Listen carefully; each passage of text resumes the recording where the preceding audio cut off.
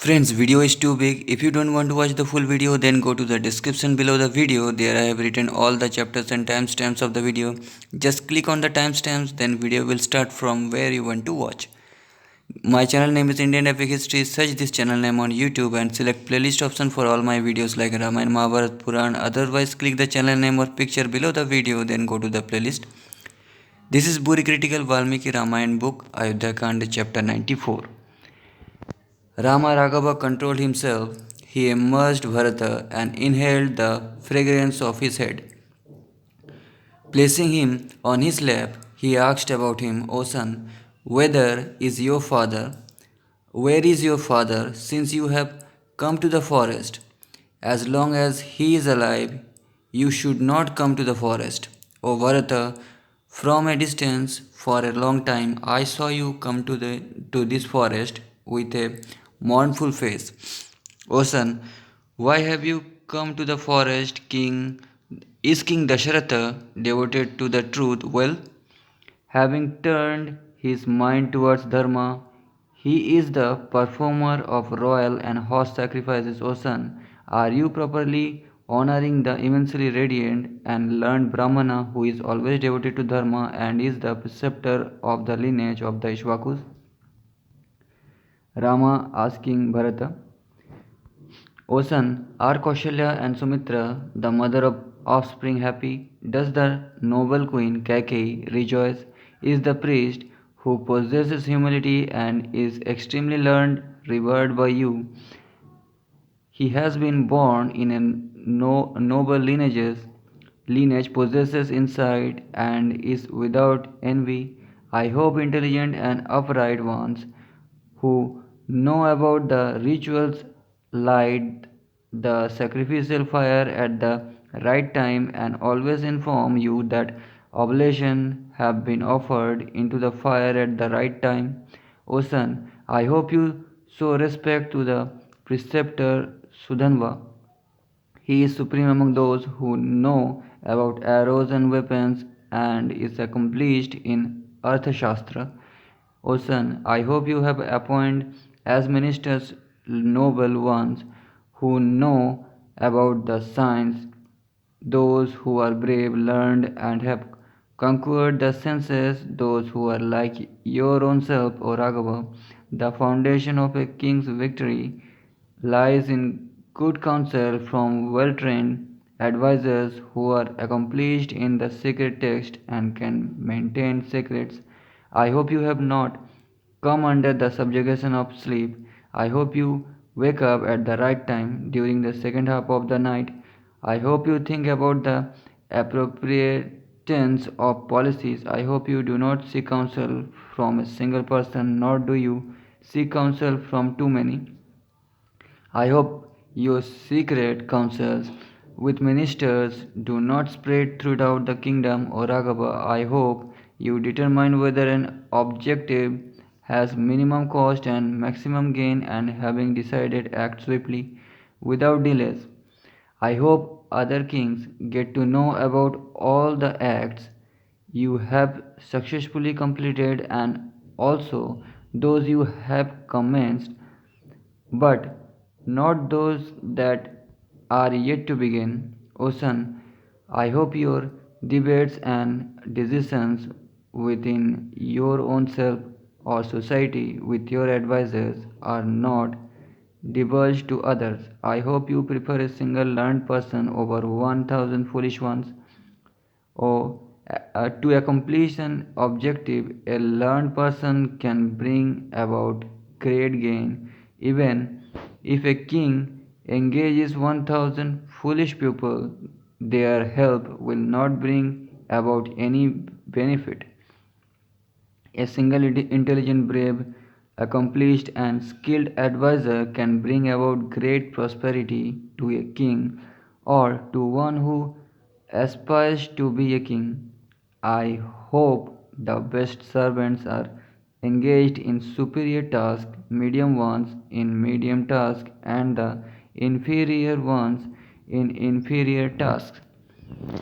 For your task, I hope you engage advisors who have learned lineages with unsoiled feathers and fathers and grandfathers, those who are the best among the best.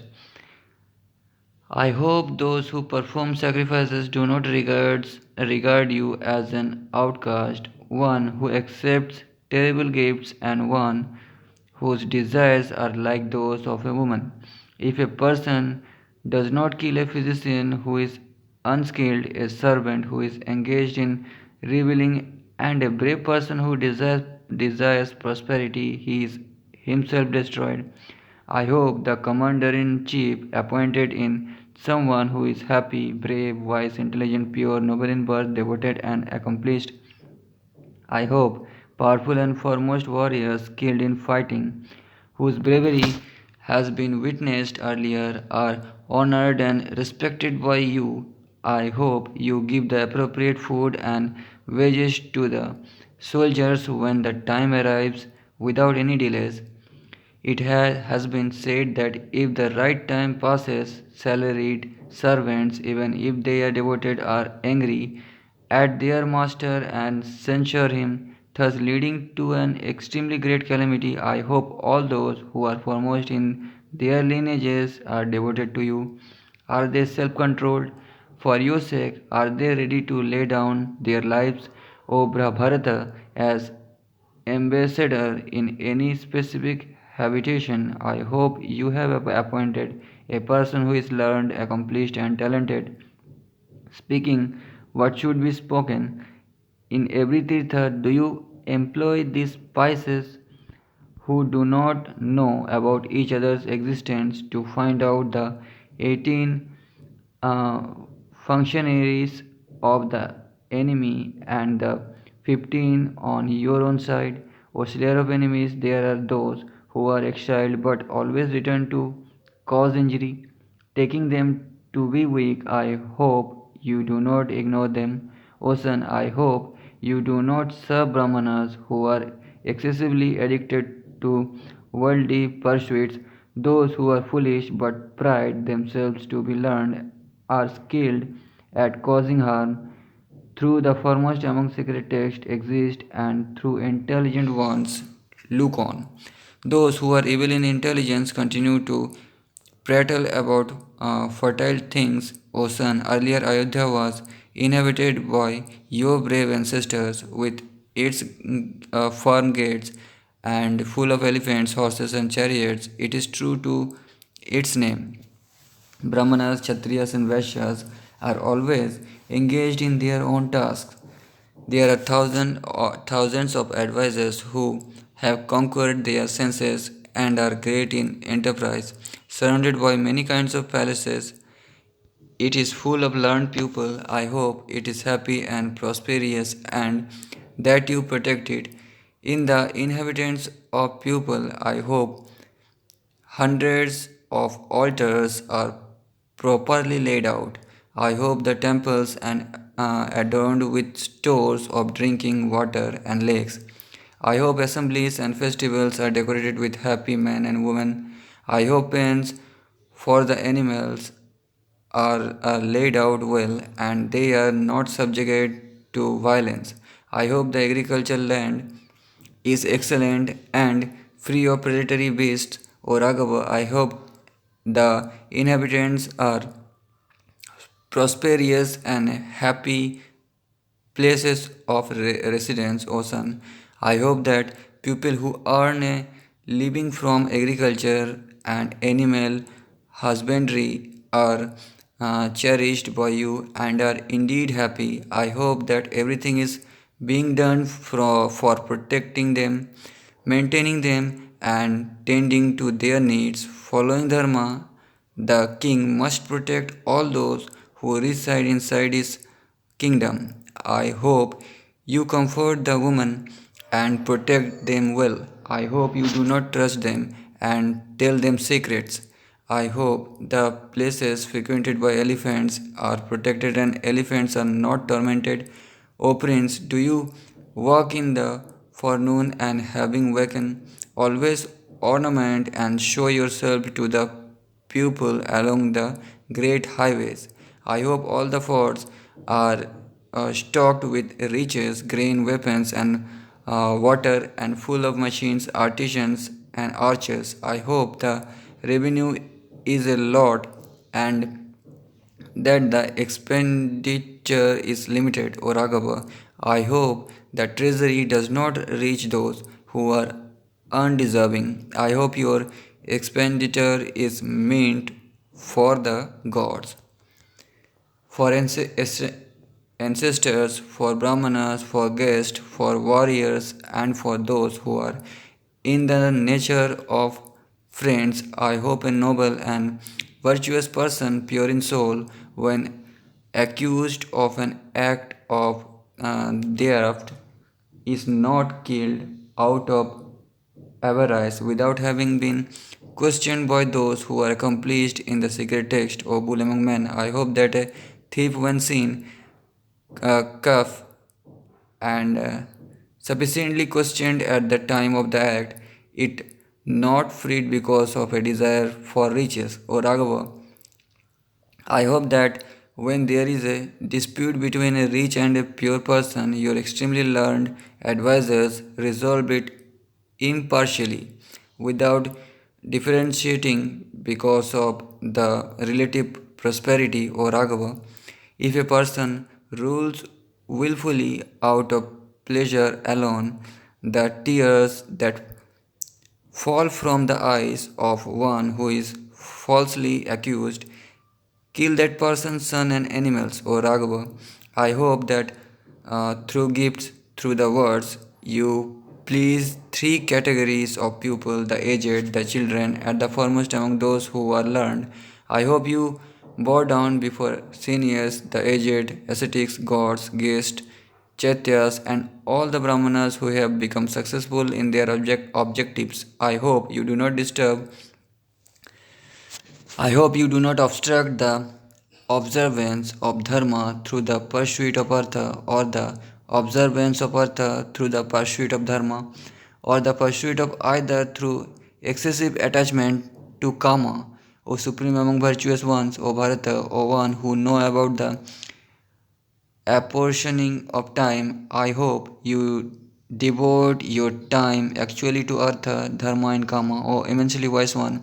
I hope that Brahmanas who are accomplished about the purport of all the secret text and inhabitants of the city and the countryside hope for your happiness. I hope you abandon the 14 kinds of sins for kings, non belief, falsehood, anger, distraction, procrastination, disregard for the learned, laziness, pursuit of the five senses, single minded devotion of artha, seeking counsel of those who don't know the objective, failure to start projects that have been decided, failure to protect secrets, failure to observe auspicious signs, and a readiness to rise from one seat for everyone. O Raghava, I hope you do not eat tastily prepared food alone. I hope you also give share to friends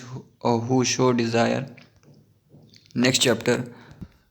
Next chapter 95.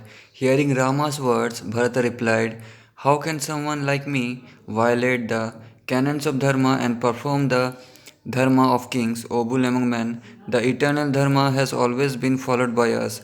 O king, as long as an elder son is present, the younger can never be a king. O Raghava, therefore, with me, go to prosperous Ayodhya. For the lineage and for our sake, crown yourself.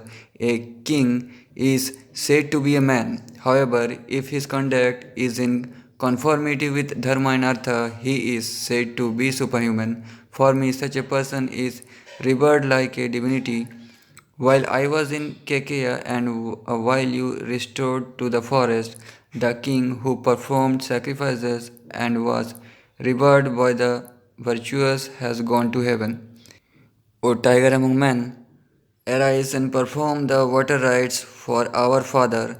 I and Satrughna have already performed the water rites earlier. O Raghava, in the world of the ancestors, it has been said that what is given by the beloved becomes inexhaustible, and you are our father's beloved.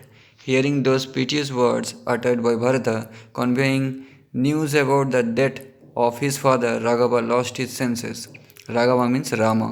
The disagreeable words spoken by Bharata were like words with a vajra in them. Rama, scorcher of enemies, stretched out his arms and fell down on the ground, like a tree with blossom, blossoms at the top when it is served by an axe in a forest. Rama, the Lord of the universe, fell down in this way like an exhausted elephant sleeping on a bank that has now been washed away. His brothers, great archers, were afflicted by grief and surrounded him from all sides, weeping. So did Vedahi, and they sprinkled him with water. When he regained consciousness, tears began to flow from Kukutsa's eyes, and he spoke many piteous words of lamentation. My birth is in vain. What task can I perform for the great soul one? He has died on account of sorrow over me, and I have been unable to perform the last rites for him. Alas, O Bharata, O unblemished one, since you and Satrughna have been able to perform all the funeral rites, you are indeed successful. Without its leader and without that Indramung man, Ayodhya is in a deranged state. When the period of exile in the forest is over, I am not interested in returning there. O scorcher of enemies, since our father has gone to the other world, when the period of exile in the forest is over, who will instruct me in Ayodhya? In earlier times, on witnessing my good conduct, my father used to comfort me and address me in words that were pleasant to hear. Where will I hear such words now? Having addressed Bharata in this way, Raghava shouted out his wife, whose face was like the full moon. Tormented with grief, he spoke to her, O Sita, your father-in-law is dead. O Lakshmana, you are without a father. Bharata has brought the sorrowful tidings that the Lord of the earth has gone to heaven. Rama confronted Janaka's daughter, who was weeping. Lakshmana was miserable, and he addressed him in these words of grief: bring the pulp of an in ingudad tree, bring bark for an upper garments. I will go and perform the water rites for our great soul father. Let Sita walk in front, follow her at the rear. I will follow thereafter in this extremely terrible procession. The immensely intelligent Sumantra was always devoted to them and knew about the soul. He was firm in his devotion to the mild, self-controlled and composed Rama.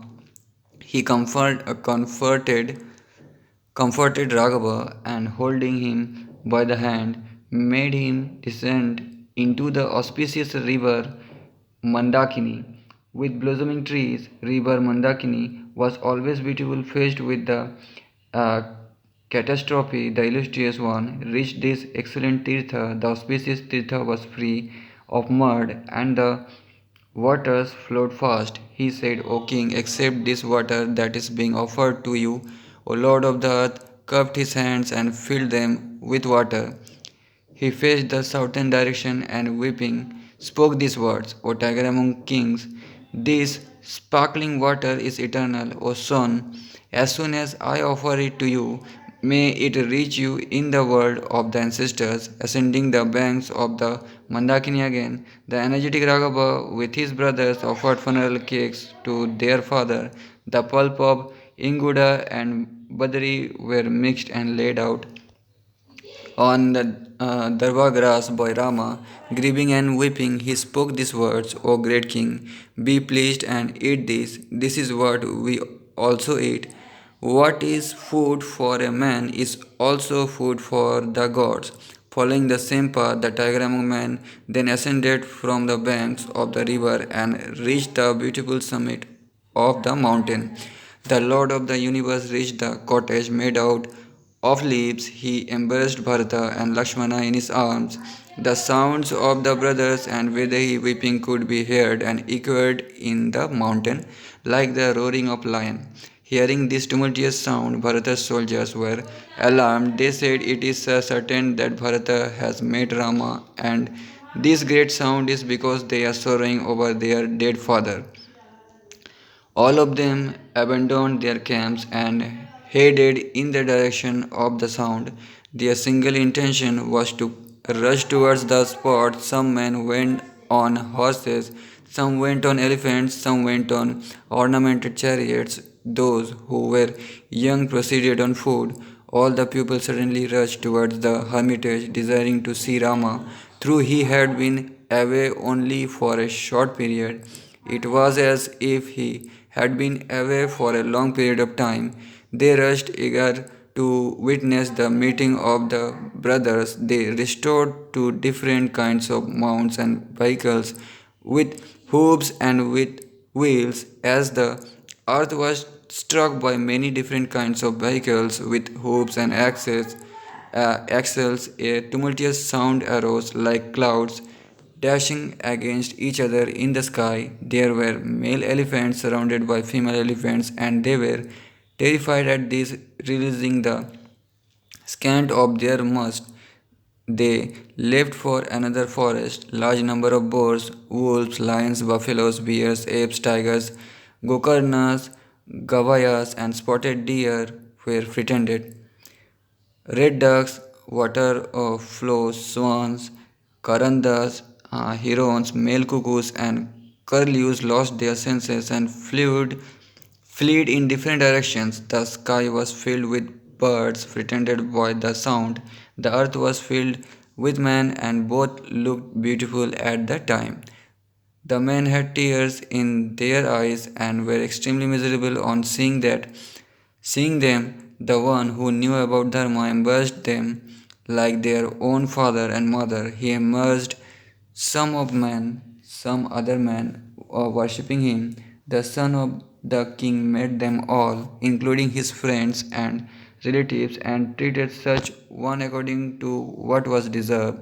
The sound of the great souled ones weeping filled the earth and the sky, and the sound echoed in the mountain, cavern, and all the direction, as if the beating of drums could be heard.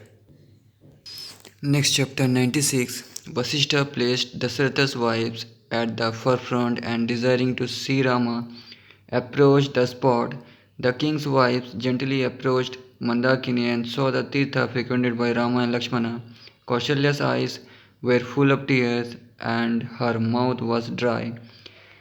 Distressed, she spoke to Sumitra and the other royal woman. The performer of unblemished deeds have been vanished from the kingdom, and this is the Tirtha towards the east of the forest that those unfortunate ones deprived of protectors frequented. O Sumitra, this is the spot from where, without any distraction, Sumitri, your son himself draws water for my son.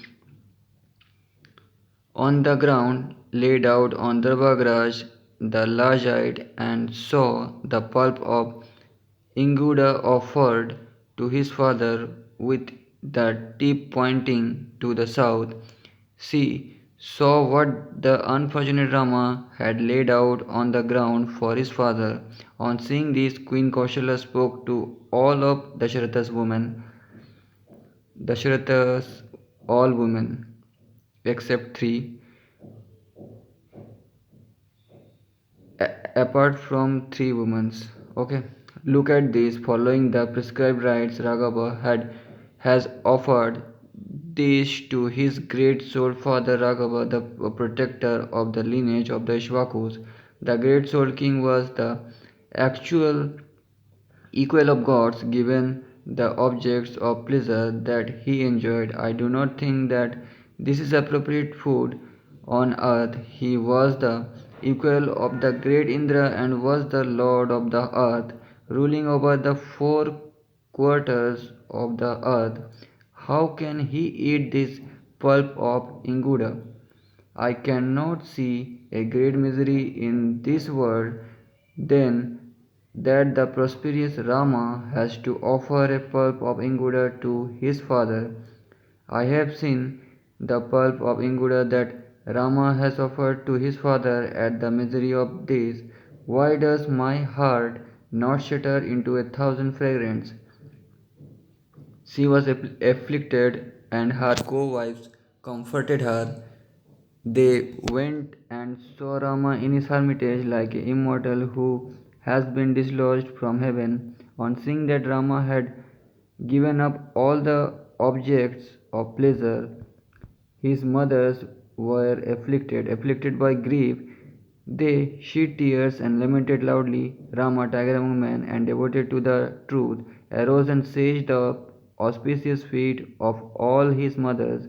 Those large-eyed ones used their hands present to the touch and their gentle and auspicious fingers and palm to weep the dust of Rama's back. On seeing that all the mothers were miserable immediately after Rama, Sumitri gently worshipped all the mothers. Lakshmana was born from Dasharatha and bore the auspicious signs. All the women acted towards him just as they had acted towards Rama, miserable and with tears in her eyes. Sita also seized the feet of her mother-in-law and stood before them. She was afflicted by grief and leaned from residing in the forest. Kaushalya embraced the miserable one like a mother does to a daughter and spoke these words. This is the daughter of the king of Videha. This is Dasharatha's daughter in law. This is Rama's wife. What misery has led to her being in this desolate forest? O Vedahi, I can see your face. It is like a lotus scorched by the heat. It is like a water lily that has faded. It is like gold defiled by dust. It is like the moon surrounded in clouds. The grief is tormenting my mind like a fire, and it is as if the hardship has acted like kindling that generates the fire. While the miserable mothers were speaking in this way, Raghava, Bharata's elder brother, approached Vasishtha and seized his feet.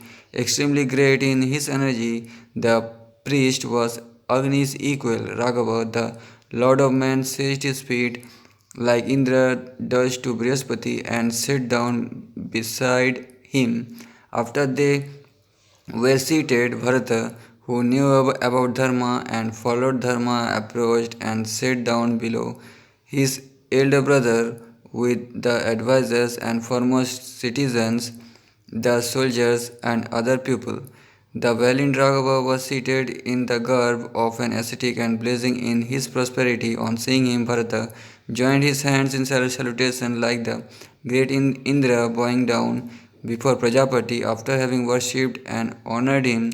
What virtuous words would Bharata speak to Raghava? All the noble people were supremely curious to know the truth about this.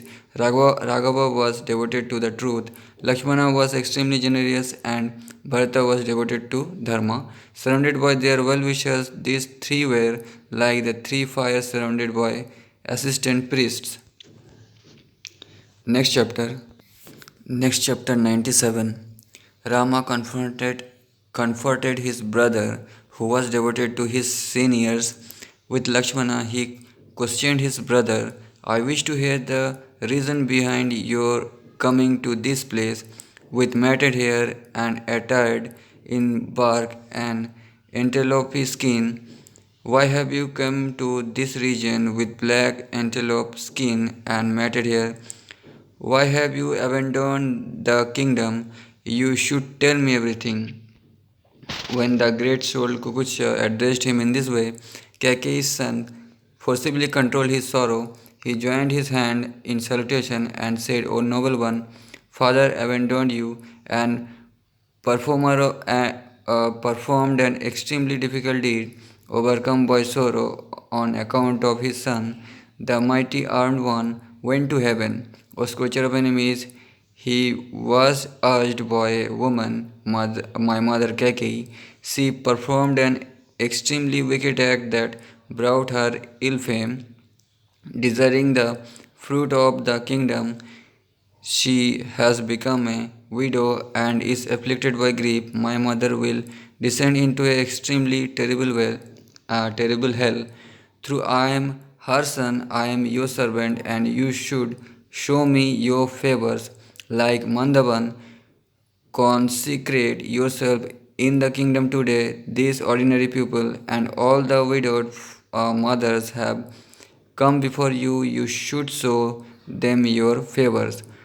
O one who grants honors following the norm of progression and dharma, you yourself are the one who should be united with the kingdom, satisfy the desires of your well-wishers like the autumn sky when there is a sparkling moon. This entire widowed earth will obtain you as a husband.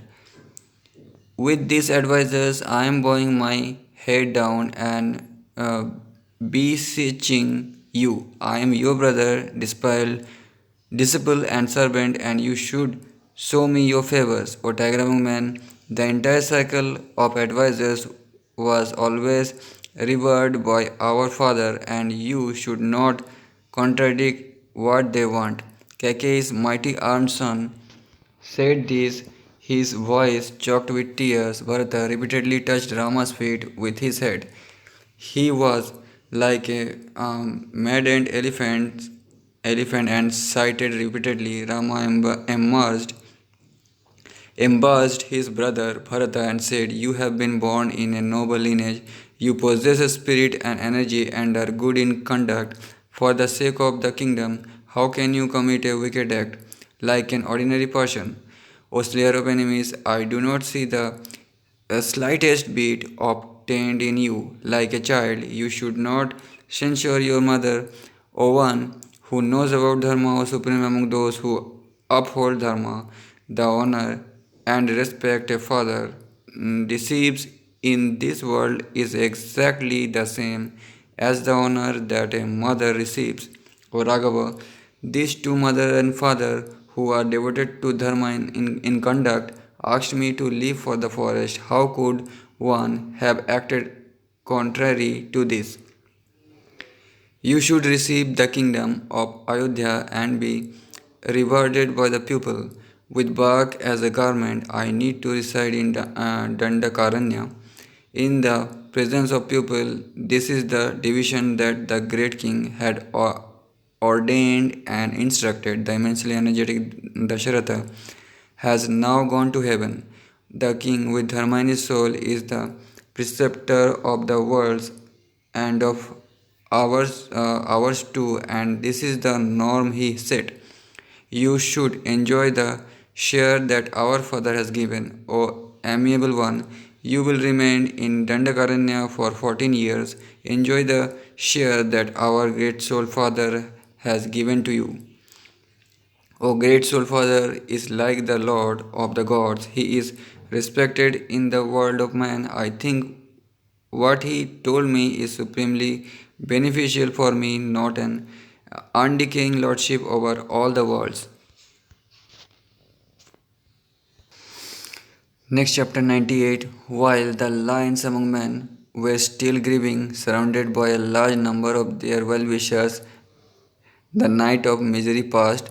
When night turned into a wonderful morning, surrounded by their well wishers, the brothers meditated and offered oblation in Mandakini. Then, approaching Rama, they sat in silence and no one uttered a word. In the midst of the well wishers, Bharata then spoke these words to Rama: "Having given this kingdom to me, my mother has now been pacified. I am giving the kingdom back to you, bereft of thorns. Enjoy it. When a dam has been breached by the great force of water that the advent of the monsoon brings, it is difficult to mend it. Like that, this giant dominion of the kingdom cannot be ruled by anyone other than you. O Lord of the earth, the speed of a horse cannot be replicated by a donkey, nor that of Taksha by an ordinary bird. I do not have the capacity to mimic your speed. A person on whom others depends for a living always lives well. O Rama, a person who depends on others for a living lives badly. A tree planted and tended to by a man may become a gigantic tree with a firm trunk which always has flowers but does not show any fruits. However, a drought finds it difficult to climb it. No pleasure is obtained by the person who planted it for a reason. O mighty armed one, you should understand the reason behind this smile. You are the bull and lord of us. Instruct us, your servants, O great king, O scourger of enemies. May all the classes look upon your established in front of them in the kingdom, scorching like the sun. O Kukutsa, let crazy elephants follow you and trumpet. When you reach the inner quarters, let all the self controlled women rejoice. When they heard Bharata's words, beseeching Rama, the many people from the city thought that he spoke virtuous words. Seeing that the illustrious Bharata was extremely miserable and was lamenting in this way, Rama, self restrained and in control of his soul, confronted him. A man is not the master and cannot act according to his own desires. From here to there, he is dragged around by the one who brings an end to all actions. Everything that is stored up is destroyed. Anything that goes up ends in a fall. Union ends in a separation. Life ends in death. A repented fruit has no other fear other than that of falling down. In that way, a man who is born has no other fear other than that of death. A house built on a firm foundation is eventually dilapidated and destroyed, like that a man comes under the subjugation of old age and death and is destroyed in the world as day and night passes. The lifespan of every living being is diminished just as during summer the sun's rays quickly do the same to water. You should sorrow over your own self. Why are you sorrowing over another? Whether you are in one place or whether you roam around, your lifespan will be diminished. That roams around with us, that is seated with us, even if one travels a long distance away, that returns with us. Wrinkles appears on the body, the hair on the head turns grey. A man decays because of old age. How can he regain his old powers? Men are delighted when the sun arises and are delighted when the sun sets. They do not comprehend that their own lifespans decrease. They are delighted when they see the onset of a season, as if something new and newer has arrived. However, the chance of the seasons heralds the destruction of the lifespan of living creatures. In the great ocean, a piece of wood rubs against another piece of wood. Having come together for a time, they drift apart again. Wives, sons, relatives, and riches are like that. They come together, but their separation is also certain. No living being can transgress its destiny. Therefore, there should be no capacity to grieve over that when a caravan passes. Someone who is standing along the road says, I will also follow you at the rear. In that way, we must certainly follow the path taken by our fathers and grandfathers earlier, that being the case, since there is no violation to this, Why should one sorrow? Age rushes on, and like a flow does not return. The Atma means soul should be engaged in something that brings happiness. It has been said that subjects deserve happiness. The Lord of the earth, our Father, had dharma in his soul. He performed all the sacrifices and gave away copious quantities of dakshina, having cleansed his sins. He has gone to heaven. He maintained the servants and protected the subjects properly, having followed dharma in accumulating artha, and Father has gone to heaven. He performed many kinds of rites and sacrifices. He enjoyed all the objects of pleasure, having spent an excellent life. The Lord of the earth has gone to heaven. Our Father has cast aside a decayed human body. He has obtained divine prosperity and roams around in Brahma's world. Someone who is as wise as you should not grieve in this fashion. Someone like you and someone like me are learned and possesses superior intelligence. All those who are patient and intelligent in all situations should abandon these many kinds of sorrow. Lamentation and weeping, therefore be steady, do not grieve, go and reside in that city, O supreme among eloquent ones.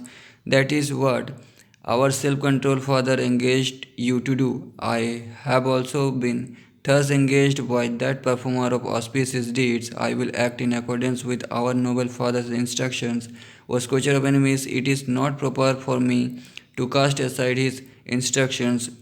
He was our relative and our father, and you must always also respect his wishes. Rama, devoted to Dharma, spoke these words that were full of meaning and stopped. Bharata replied in wonderful words that were full of Dharma, O scorcher of enemies. Where in this world is there a person like you? You are not distressed at misery, nor are you delighted at joy. You are rewarded by the aged and you ask them when there is a doubt.